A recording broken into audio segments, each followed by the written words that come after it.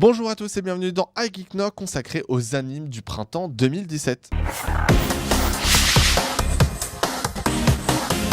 Encore un bilan, allez-vous nous dire, mais non, parce qu'en fait, on va juste vous parler avec Erwan de la rédaction d'IGN France des animes qui arrivent ou qui sont déjà arrivés plus ou moins sur les plateformes de streaming français dédiés aux animes du printemps 2017. C'est attention. l'heure, Alors, globalement, on peut dire que c'est une très grosse saison. Ouais, là, il y a du lourd qui arrive.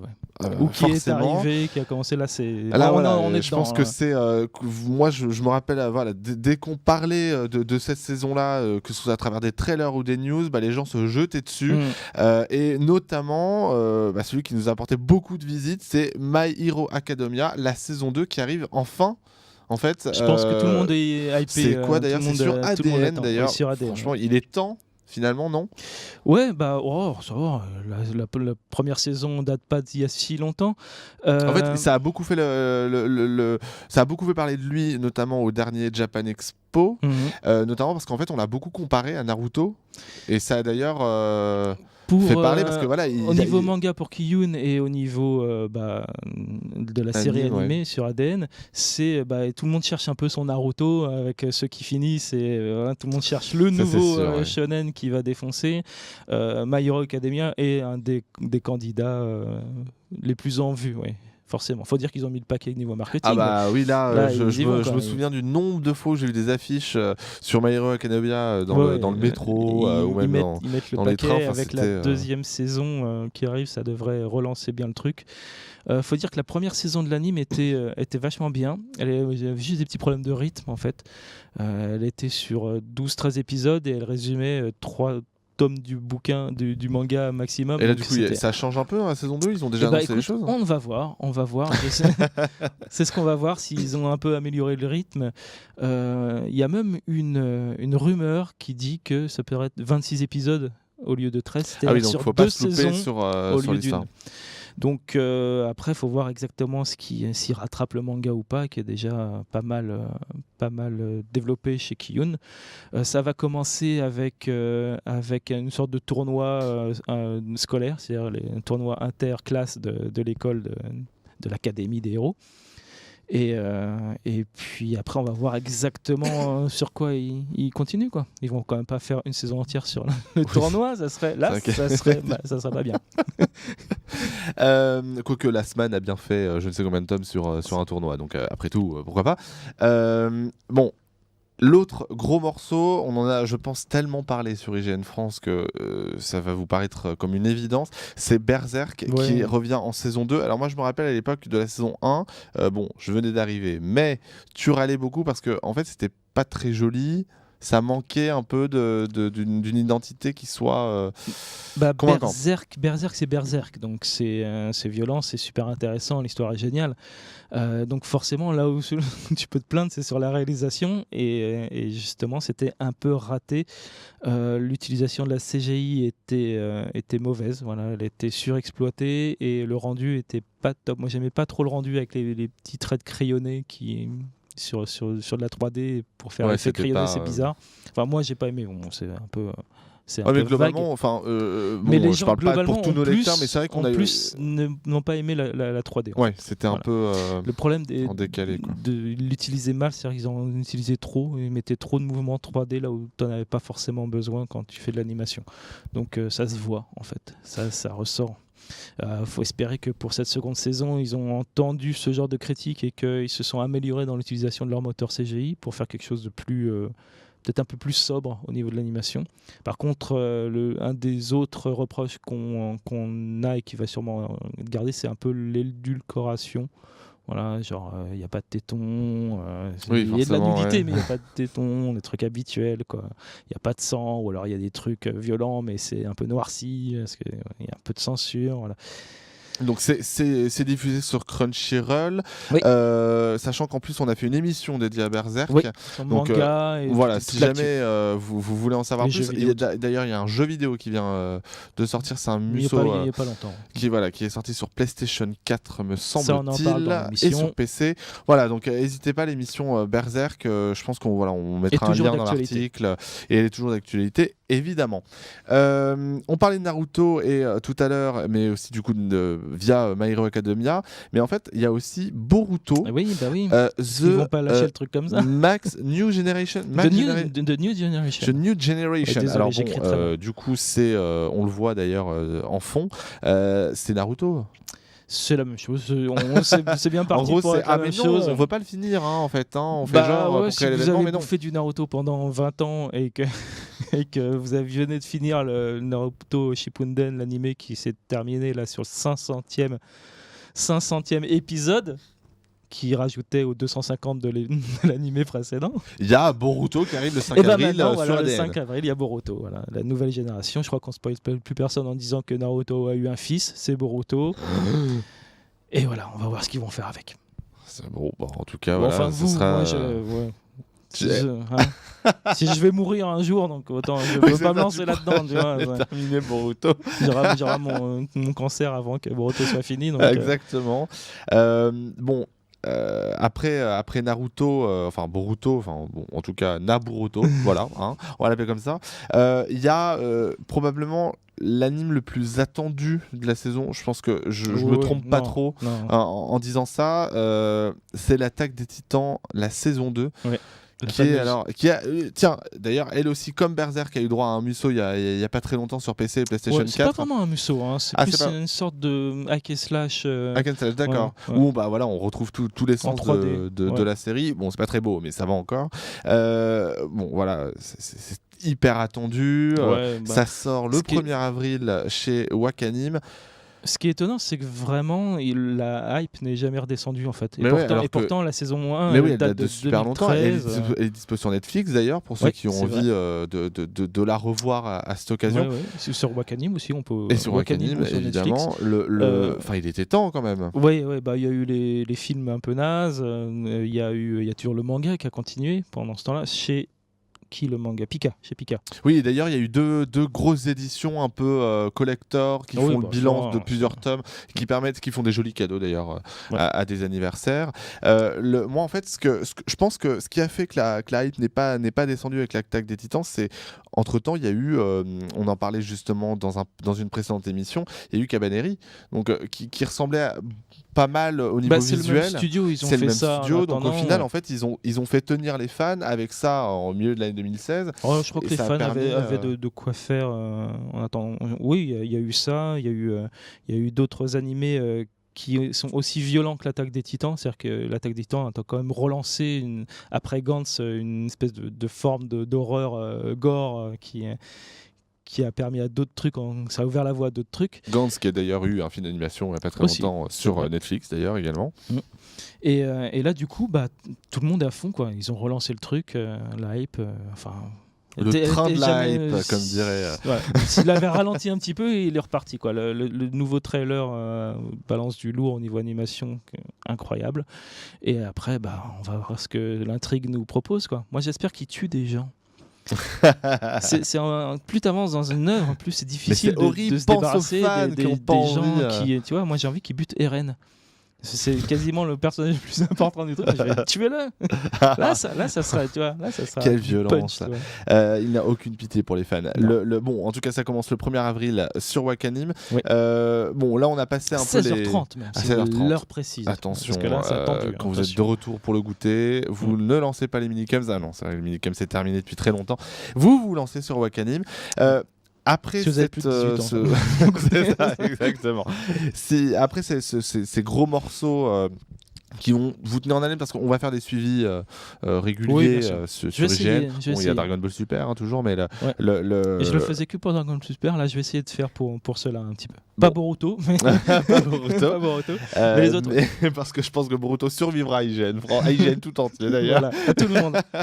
Mais en tout cas, bon, après ces 4 gros morceaux, je crois qu'il y en avait 4 ou 5. On passe un peu aux attendus, mais les trucs un peu à surveiller de près, quoi. Voilà.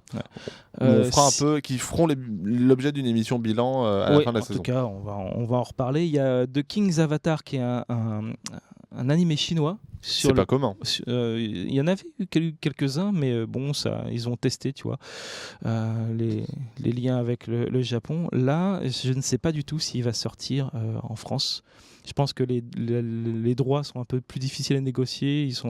Les plateformes de streaming comme ADN ou Wakanim ou Crunchyroll sont plus habituées à bosser avec le Japon. J'ai l'impression que ça a l'air plus dur avec la Chine. Je ne sais pas du tout où est-ce qu'il sort. Faut pas oublier qu'il y a aussi Amazon Prime et des trucs comme ça, donc peut-être.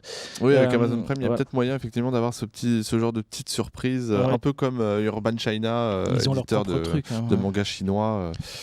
Voilà, et The King's Avatar, c'est un super beau apparemment animé qui parle d'un joueur de pro gaming. Voilà, ça parle de pro gaming, et c'est quand même assez rare. Le sujet est intéressant, et c'est un mec qui joue à un jeu qui s'appelle Glory et qui se fait kick alors qu'il est au top, il se fait kick de son groupe à un moment, et puis il devient manager de cybercafé, et puis à un moment il revient dans le jeu via un nouveau serveur qui vient d'ouvrir, donc il revient un peu en mode anonyme. Voilà, je pétais tout quoi.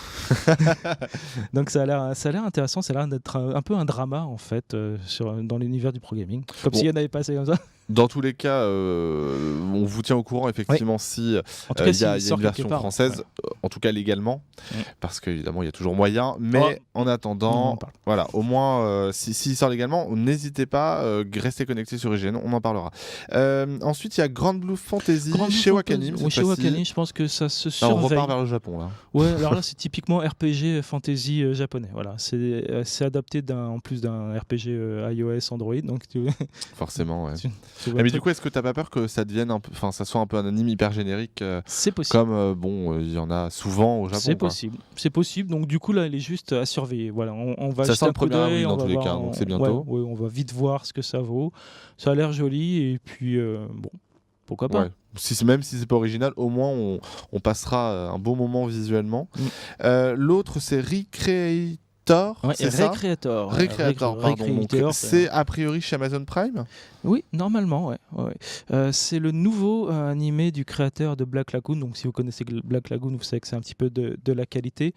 Là, ça parle de créatures, de personnages fantastiques, plutôt de personnages de l'imagination de la littérature qui prennent forme dans notre monde. Et se demandent s'ils ont des comptes à nous rendre, en fait, voilà, nous qui les avons créés. On ne sait pas trop ce que ça donne. Apparemment, il y a beaucoup de bastons avec plein de personnages différents. Ça rappelle un petit peu Bungo Stray Dogs, qui est un animé qui parle de mecs qui se battent entre eux avec des pouvoirs tirés de la littérature classique.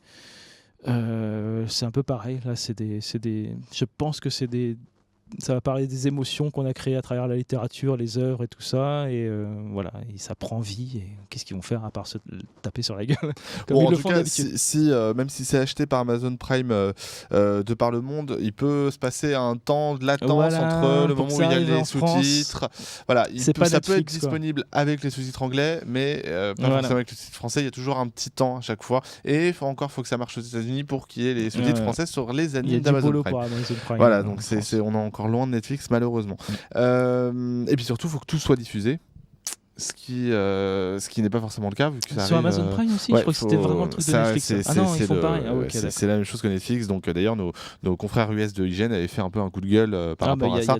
Il faut un peu libérer l'anime de par le monde, surtout si on s'octroie les droits internationaux. Il faudra peut-être du temps pour ça, avec les Japonais c'est dur. Oui, ça c'est clair, rien qu'avec cette vidéo, vous avez vu, il n'y a pas de vidéo, il n'y a que des illustrations, c'est un peu relou.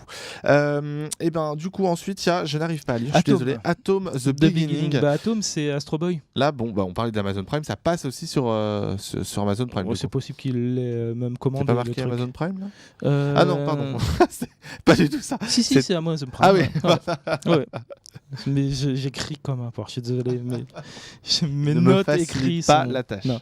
Atom, c'est Astro Boy, c'est Tezuka, c'est une nouvelle version d'Atom, de Beginning, donc une origin story. Ouais, donc voilà, où repartent un peu de zéro, Atom est vraiment en version robot, même pas petit garçon, tu vois, c'est juste robot, quoi. Donc ça va parler de l'intelligence artificielle, de la vie créée ainsi. Est-ce que c'est vraiment la vie? Est-ce qu'il y a vraiment des sentiments, des trucs comme ça, voilà. Pourquoi pas, moi je dis un peu de Tezuka, c'est toujours bon à prendre. Ouais, ça permet un peu de reboot et puis voilà. D'accrocher de nouveaux fans, etc. Avec toujours ce petit design de Tezuka modernisé, les gros nez. Et ça arrive quand ça du coup En tout cas, Début Japon. avril, normalement. Début avril. Bon, alors peut-être en même temps sur Amazon Prime. Pareil, restez connectés sur IGN. On vous l'annoncera, ou même sur Twitter, IGN fera pour un peu être mis au courant de ce genre de sortie. Ensuite, on a, là c'est chez KDO. Non, c'est pas ça. Kado, c'est le nom en fait. Kado, désolé, c'est sur Crunchyroll et ça s'appelle. Pardon. Ça s'appelle Kado, The Right Answer. T'as vu mon anglais comment il est bon. Attention, tu peux nous le faire en japonais s'il te plaît. Sei Kasuru Kado. D'accord. C'est un petit peu moins, un peu plus hésitant. Oui, un peu plus hésitant. Alors c'est un des trucs les plus intrigants de cette saison au printemps 2017. Ça parle de politique, mais fantastique. Un jour, tu as un des chefs du gouvernement japonais, de la police japonaise, un expert en négociation apparemment, prend l'avion. Et cet avion est détourné, c'est-à-dire il n'est pas détourné, il est carrément téléporté dans une structure immense, une espèce de cube volant, et avec ses 252 passagers.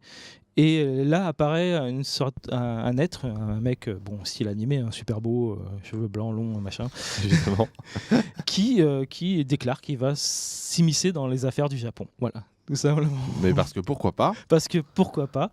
Et du coup, c'est vraiment intriguant comme pitch et on ne sait pas du tout ce que ça va donner, comme probablement les Japonais qui se chopent un alien sur la gueule. C'est vrai aussi. Et ça arrive quand sur Crunchyroll du coup Ça arrive début avril normalement, on n'a pas de date précise.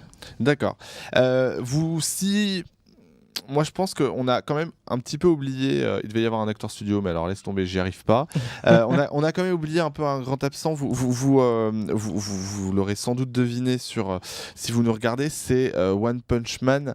Où est la saison 2 Elle devait pas arriver là maintenant tout de suite. Moi, j'étais persuadé qu'elle arriverait en avril. On l'attendait pour le printemps. Et non. Non, elle a fait le mort. On a juste appris récemment que c'était bien en production. Donc pas pour tout de suite a priori. Ouais. Alors que normalement pour moi c'était acté avril, donc non, il va falloir attendre. On n'a pas de nouvelles. En attendant, on n'a pas de nouvelles de Saitama. La première saison avec Orelsan pour la VF et on ne se moque pas d'ailleurs, c'est pas bien. Du coup voilà, si jamais s'il y a toujours les mangas après tout qui arrivent petit à petit. Il y a les mangas chez Kazé. Chez Kazé, ouais. Et puis il y a toujours la première saison à voir. Donc dès qu'on a des nouvelles de Saitama, vous inquiétez pas. Oui, voilà, qu'on pareil. vous le dira. Bon, dans tous les cas, il y a quand même, en plus de toute cette sélection, il y a un gros dossier avec des trailers, etc. Parce qu'évidemment, il n'y a pas que ça. Il y en a beaucoup pas d'autres. Le temps de tout dire dans l'émission. Mais dans le dossier, on va essayer d'être beaucoup plus complet, avec des trailers et compagnie, pour que vous puissiez un petit peu vous faufiler parmi le déluge de sorties des nouveaux animes pour ce printemps 2017. Je rappelle également que vous pouvez peut-être le voir si vous regardez sur YouTube. On a fait le bilan pour l'hiver 2016-2017 des animes où la saison était assez bof, voilà. Mais il y a quand même des trucs à retenir. Donc n'hésitez pas à jeter un œil. Il y a également un dossier qui va bien. Et puis on se retrouve, je pense, pour faire un peu le bilan de cette saison du printemps 2017. À la fin du printemps. À la fin du printemps, Entre-temps, il y aura plein d'articles. Donc ça sera au mois de juin. Voilà. N'hésitez pas, effectivement, pour vous tenir au courant des sorties d'animes sur Amazon Prime, sur Netflix et compagnie, ou même Wakanim, etc. Sur IGN Fra pour Twitter, mais également IGN France, évidemment, sur Facebook, IGN France, tout attaché. On se retrouve donc bientôt pour faire le bilan de tout ça. À bientôt sur IGN France. Salut. Salut.